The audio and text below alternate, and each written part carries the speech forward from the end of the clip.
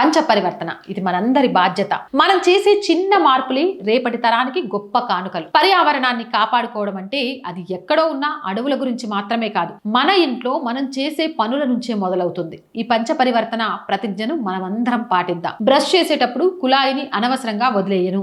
AC RO ప్లాంట్ల నుంచి వచ్చే నీటిని వృధా చేయకుండా మొక్కలకు లేదా ఇతర పనులకు మళ్ళీ వాడుకుంటాను. స్నానానికి షవర్ బదులు బకెట్ వాడతాను. నీటిని ఆదా చేస్తానని మొదటి ప్రతిజ్ఞ చేయండి. నా కంచంలో వడ్డించుకున్న ఆహారాన్ని ఏ మాత్రం వృధా చేయను. అన్నం పరబ్రహ్మ స్వరూపం అని నమ్మి ప్రతి మెతుకును గౌరవిస్తాను అని రెండవ ప్రమాణం చేయండి ఆహార గౌరవం కోసం. ఇక మూడవది కాగితం పొదుపు.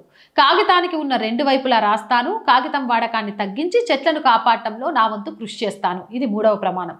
ఇక నాలుగవది అత్యంత ముఖ్యమైనది విద్యుత్ పొదుపు. అవసరం లేనప్పుడు లైట్లు, ఫ్యాన్లు మరియు చార్జర్లను వెంటనే ఆపేసేస్తాను. శక్తిని ఆదా చేయడం అంటే దేశాన్ని నిర్మించడమే. ఇక ఐదవది ప్లాస్టిక్ రహితం. బయటకు వెళ్ళేటప్పుడు ఎప్పుడు బట్ట సంచిని వెంట తీసుకెళ్తాను. ప్లాస్టిక్ వాడకాన్ని పూర్తిగా నివారించి చెత్తను ఎప్పుడు చెత్తబుట్టలోనే వేస్తాను.